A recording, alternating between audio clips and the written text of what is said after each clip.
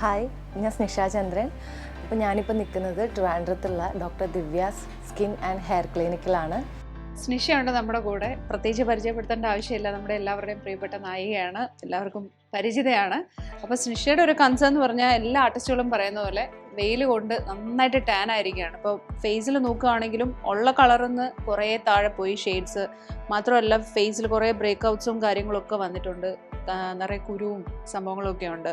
പിന്നെ ഇവിടെ നോക്കിക്കഴിഞ്ഞാലും സ്കിൻ ടാൻഡ് ആയിട്ട് രണ്ട് കളറായിട്ട് ഇപ്പോൾ 2-3 കളറൊക്കെ ആയിട്ട് മാറിയിട്ടുണ്ട്. അപ്പം അതെല്ലാം കൺസേൺ ആണ്. അതൊക്കെ ഒന്ന് മാറ്റാനാണ് ഇപ്പം സ്നിഷ വന്നിരിക്കുന്നത്. ഇതിപ്പോൾ നമ്മൾ സെലക്ട് ചെയ്തിരിക്കുന്ന ട്രീറ്റ്മെൻറ്റ് എന്ന് പറഞ്ഞാൽ സ്കിൻ റിജുവനേഷന് വേണ്ടിയിട്ടുള്ളതാണ്. കാരണം അത്യാവശ്യം കുറച്ച് ഡാമേജ് ആയിട്ടുണ്ട്, പിന്നെ കുറച്ച് കുരുവും കാര്യങ്ങളും ഒക്കെ ഫേസിൽ വന്നിട്ടുണ്ട്.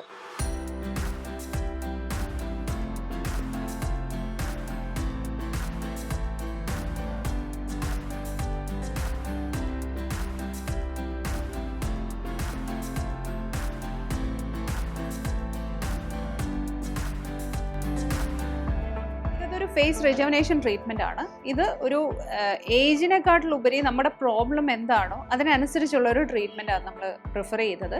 കാരണം ഈ ഒരു ഫേസിൽ നമുക്ക് കണ്ടാലറിയാം കുറേ ടാൻ ഉണ്ട്, അതുപോലെ കുറച്ച് കൊമിഡോൺസ് ഉണ്ട്, പിന്നെ പിമ്പിൾസും കാര്യങ്ങളും ഒക്കെ ഉണ്ട്. അപ്പം ഇതിനെല്ലാം നമുക്ക് മാറ്റാനായിട്ട് സ്റ്റെപ്പ് ബൈ സ്റ്റെപ്പായിട്ട് നമ്മൾ ചെയ്യുന്ന ട്രീറ്റ്മെൻ്റ് ആണ്.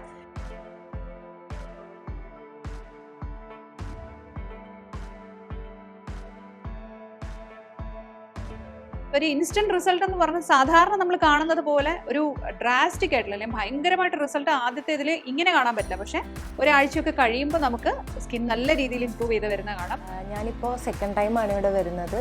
സെക്കൻഡ് സിറ്റിംഗ് ആണ്. ഞാൻ ഫേസിൻ്റെ ട്രീറ്റ്മെൻറ്റിന് വേണ്ടിയിട്ടാണ് ഇവിടെ വന്നത്.